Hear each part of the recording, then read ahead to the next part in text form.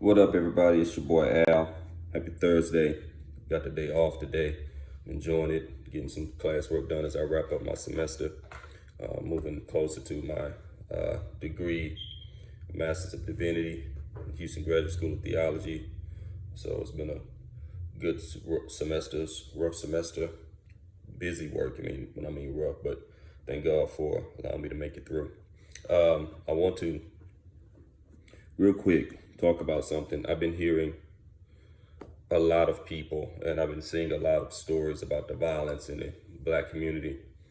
I've been seeing a lot of, with the young Dolph situation, but just situations in general. And this isn't a white or Black or Hispanic issue. This is just a generational issue. We've been seeing throughout the past few years now. We had another school shooting. We've seen break-ins, murders. We've seen all kinds of things from kids of this generation of all ages, of all races. And y'all just brought it to my mind because we have all of these questions about why these things are going on, why are our kids so heartless, so why is their value system so low? Why is their value system so ground zero? And we've spent the past few years, I'd say maybe a decade or so, celebrating and at the same time making fun of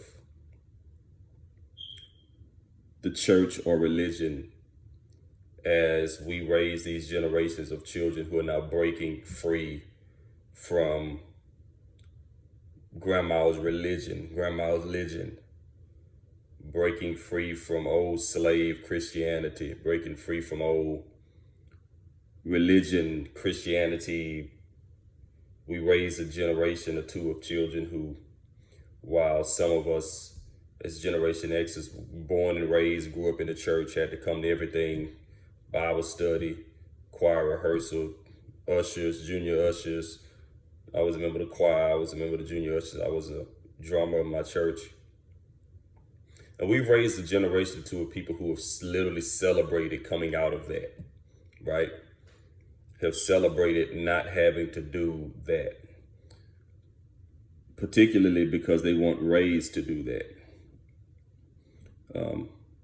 We have a generation of people who are now parents, who were raised in the church, who were raised to have values, Christian values, and they opted out of giving their kids that same rearing, if you will, because they wanted to appear to be more friendly, parental friendly, giving their kids the choice to go to church. In other words, they were drugged to church by their mama, their grandmother, their fathers, whatever. And they gave their kids the option to come to church. A lot of people. And with the options, those kids said, nope, I'm gonna stay home and watch videos. You go to church on Sunday, I'm gonna stay home and watch videos. I'm gonna stay home and do what I do. And we raised a generation of two of children who did not get the same concepts. And yes, I'll say a lot of our initial concepts of God, not everything was taught right, as nothing ever is done 100% right in any capacity. But we got the picture, we got the message. And at the same time, even though some of us didn't get the particulars growing up, we did establish certain things. We established growing up in church, understanding, number one, there is a God, there is a Christ died for our sins. We had understood the value of life, and we understood the penalty of sin. And so we grew up with that, and we still have that. But we raised a generation of children who were devoid of that. And so now we have before us the results of those generations. And I've said this time and time again. Whenever God's order is disturbed or not carried out, you will see the chaos ensue. Maybe not right away, but eventually you'll see the chaos from not following his instruction and his order. You'll see that break out in society.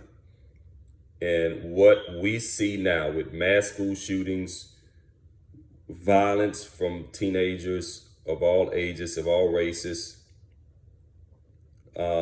what we see now with kids basically being heartless, not valuing life, killing each other, doing cruel things to one another, and not caring. That was a video. I was watching a video the other day of a young man who killed this teenage boy who killed this other teenager. And his parents, the teenage boy who was deceased, his family was standing in court just expressing how hurt they were that this happened, and how he took the life, and how he'll never grow up, and he'll never, the mother was like, I'll never have grandchildren, this and that. And the boy was sitting there laughing in court. And they gave him an opportunity to say something in court. And the dude got on the mic and said, yeah, I just want to tell my family I'll be home soon, peace. Like, he basically was devoid of any value of the life he took or the consequences of what he did. And I just want to say to people who want to know what's happening in our society with all of this, and don't understand, crime has always been a thing. I understand that it's amplified now through the media and what we have now. But when I was growing up, and I'm 44 years old, I'm a Generation Xer. I grew up in the gangster rap era. I grew up in the crack era, in the Miller Acres home, with the high school in 3rd Ward at Jackie's High School, middle school at MC William, elementary school at Highland Heights. And what I see now is a generation or two of children that are just devoid of God. When I was growing up in the 90s, in the late 80s, early mid 90s, we literally, in the middle of the crack era, in the middle of the hood, could walk to and from school, could walk from home to school, and not have to worry about being kidnapped or abducted. In the middle of the crack era, like one of the most violent eras. And one of the reasons why that was is because, yes, there were some people who were devoid of God in our era. There are always those that are devoid of God. There's always been those that are devoid of God. But the difference is there were not huddles and conglomerates of people who were like that. Like me and my friends who walked to and from school, yeah, we got into fights before, after school, walked home from school, fought, did this, did that, crack your mama jokes, did that. But all of us had two things we knew. We valued each other's life, and we knew that there was a penalty for doing certain things. We would go so far, but at a certain point, we knew, okay, this is where it is, because we all were church boys. And one sense, not all of us went to church. Not all of us went to church as often or frequently as the others did, but we all had some concept of the Lord. We all had some concept of God. And so when you would see that one guy who packed a AK-47 and who terrorized the community, that was one dude, or maybe two dudes, or a couple of dudes, or maybe a few guys around who were just devoid, right? But what you have now is the whole group who is devoid. All of them are devoid of God. We fought, but we weren't fit to pull no pistol on each other and try to kill each other. It never entered our minds to try to take each other's life, because we were not the most religified. Who is as a kid, as a teenager? But that seed was planted in us. Those of us who moms and dads and aunties and uncles took us to church to get in our infancy stage of knowing Christ, our milk stage, to get something in us to know, to get us on the right track, that when God fully revealed himself to us, we already were on that track. And you talk to a lot of these people now, some of my friends now, we're grown and we know the Lord. We've walked with the Lord. Some of us have had ups, some of us have had downs. Some people have had to go through calamities and tragedies, but we all are in a position, most of us in a position where we have a strong walk, or try to have a strong walk with the Lord. And it is that way because it was always planned in us from the beginning. But what we have now is a generation of children who didn't go to church. Say what you crack all the jokes you want about church. They didn't go to church. They had no concept. They have no concept of prayer life, knowing God, having a relationship with God. They've cultivated their own religion, their own self-righteousness. And self-righteousness will always lead you to just that, self-righteousness, where the most important thing in your righteousness is yourself.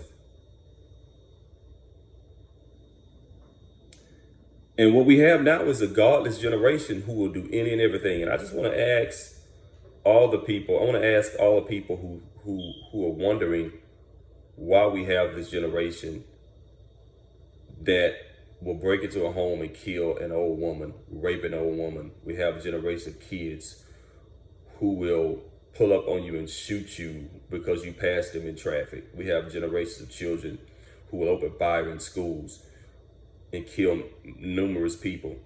We have generations of kids who, once they see somebody who has something they don't, will roll up on them and kill them. What did we think would be the result of taking these kids away from knowing who God is? I know we thought it was the intelligent, enlightened thing to do. But the Bible in Romans says, in Romans chapter 1, Paul warns us, professing ourselves to be wise, we became as fools. Mankind's self-endowed wisdom will always bring them to a point in the end where they look foolish, and we look foolish.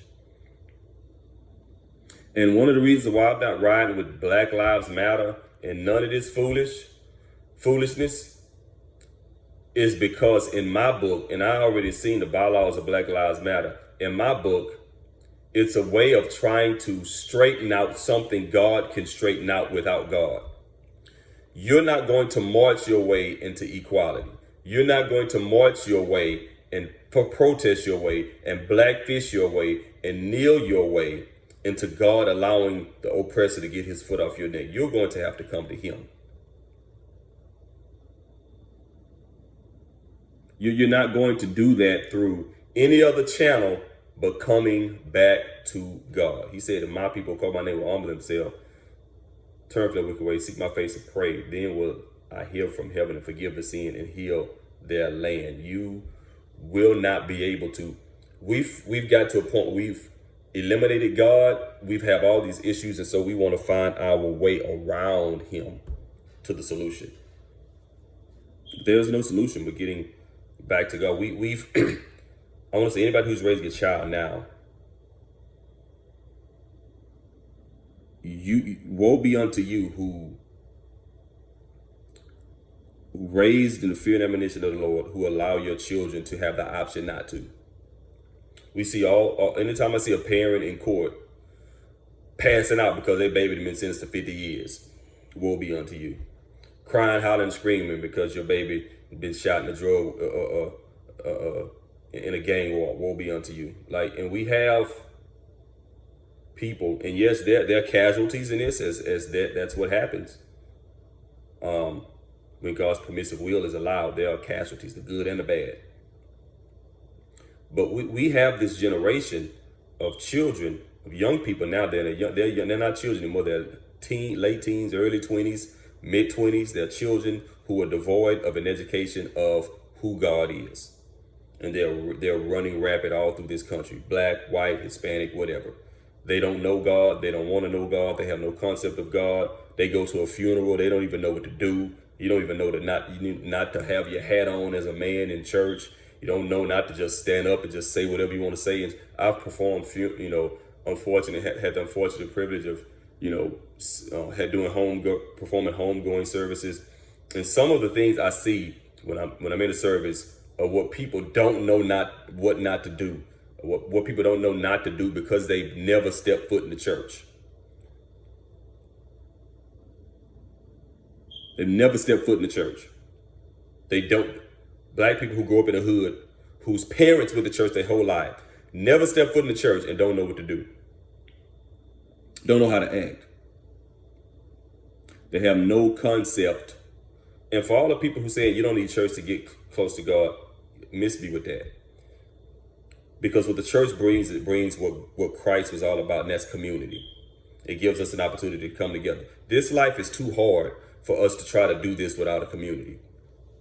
So the church is the community that we can come together. When a teenager is trying to abstain from premarital sex and the pressures of all of their peer pressure is beating down on them, they need a community that can grab their hands around them and say, baby, it'll be all right. I know what you're going through. I'm gonna do the same thing. Let me pray with you. That's what the church is for. So for all you people say church isn't necessary, yes, church is necessary. So y'all can miss me with that.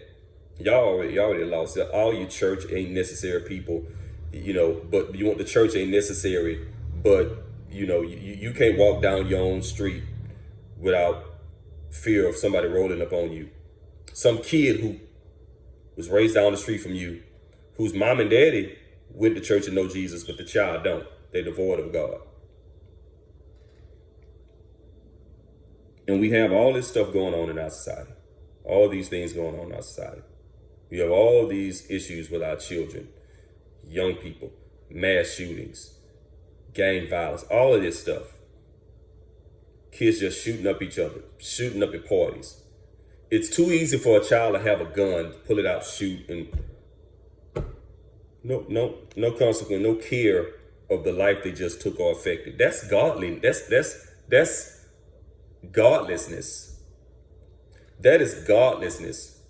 Being able to just pull out a gun as a teenager, take someone's life, and just not even, move on with life. Nothing even happened to you. That's godlessness. We allowed that as parents through what we allowed our children to experience and not to experience because we became so enlightened, or because we simply, a lot of people don't want us, we don't like the way we were raised, even though we lie and say we do. We lie and say, I appreciate the way my mama raised me, and my daddy was tough on me. I really thank him for that. But we really don't. We really have some hatred for that, because the thing I hear the most is, I'm not gonna make my baby go to church the way my mama drugged me to church all the time. But what drug your mama drag you to church all the time is the reason why you know to get down on your knees and pray when times get rough. It's the reason why you know certain things that you won't do. What do you think you're a good enough parent to instill it in your child without church, without the Lord? Some of you have such audacity. Like, y'all think y'all God's last parents. Like some of us think we God's last preacher. Y'all think y'all are the parent extraordinaire where you can raise your children without any influence of who the Lord is and think just what you bring to the table alone is enough. You done got a good career. You done got out of the hood. You've made something of yourself. You're living in the burbs now. You've got good things going. You're raising them in a 2-parent home when you were raised in a single parent home. Okay, so now you've set all of this up and they still turn out to be crap. Because with all of that, you tried to skate around giving them the Lord because you became too intelligent. You became too woke.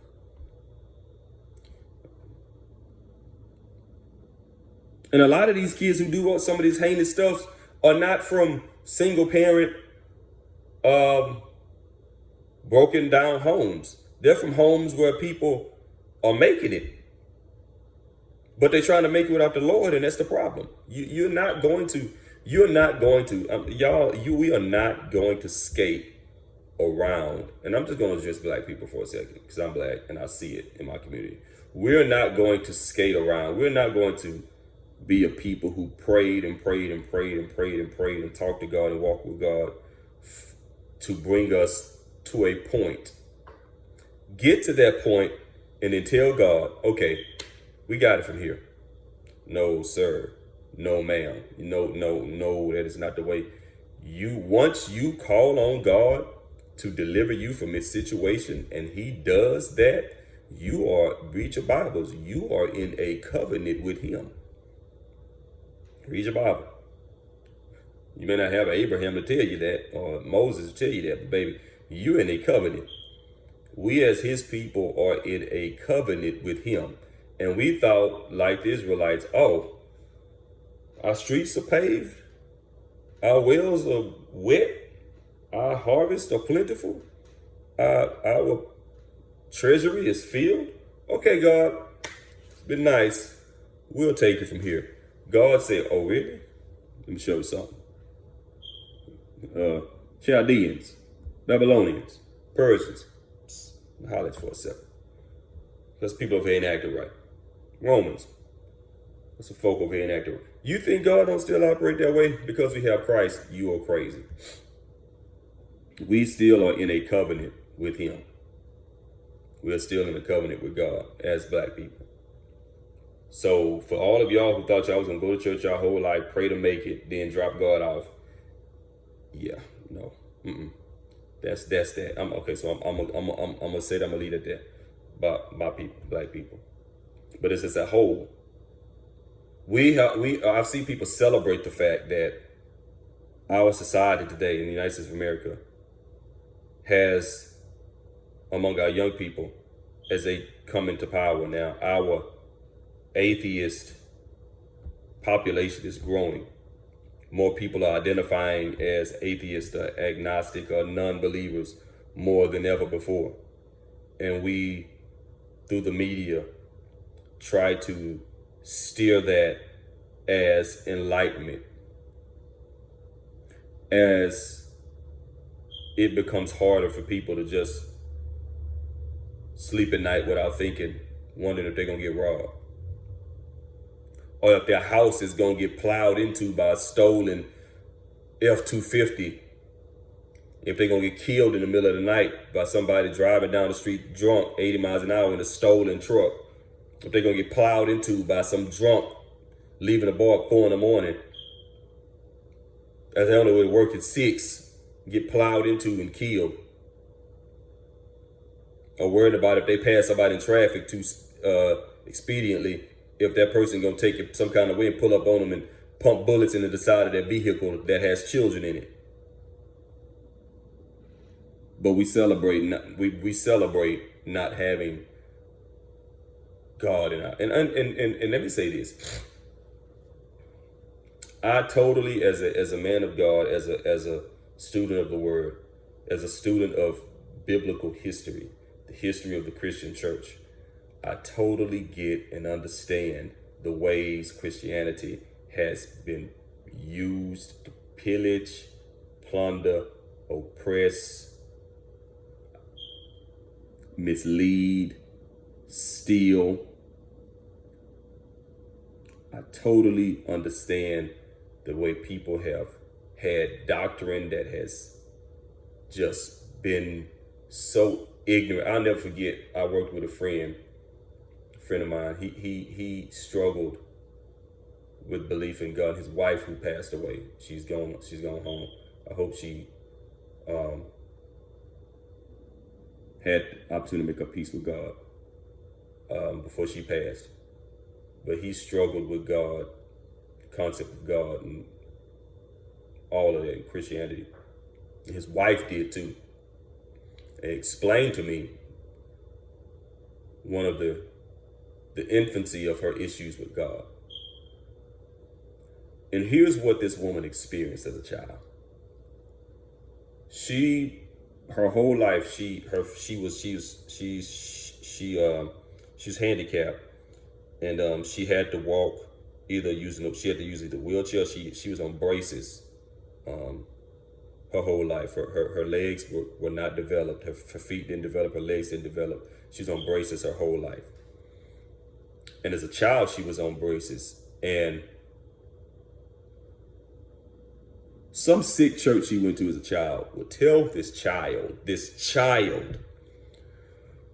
that if she had enough faith, that God would fix her feet. And as you can imagine, it never got fixed, and that ravaged her relationship with God because she was a child being told this. And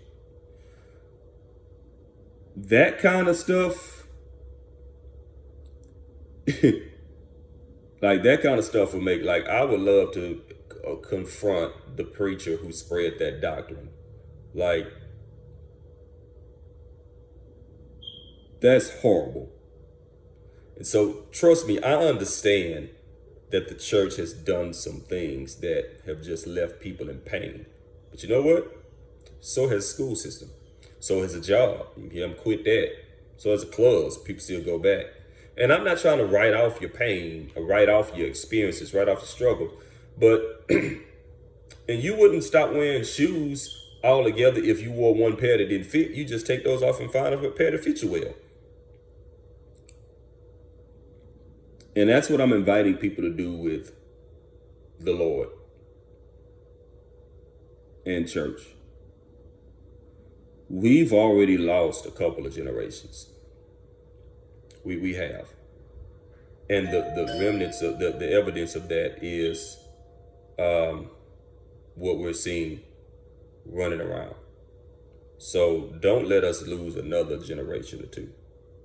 Don't let us lose another generation or two of kids. Stop the madness now. Come back to God. Get your children back to God to know who He is. And I guarantee you'll see a difference in our society. Peace.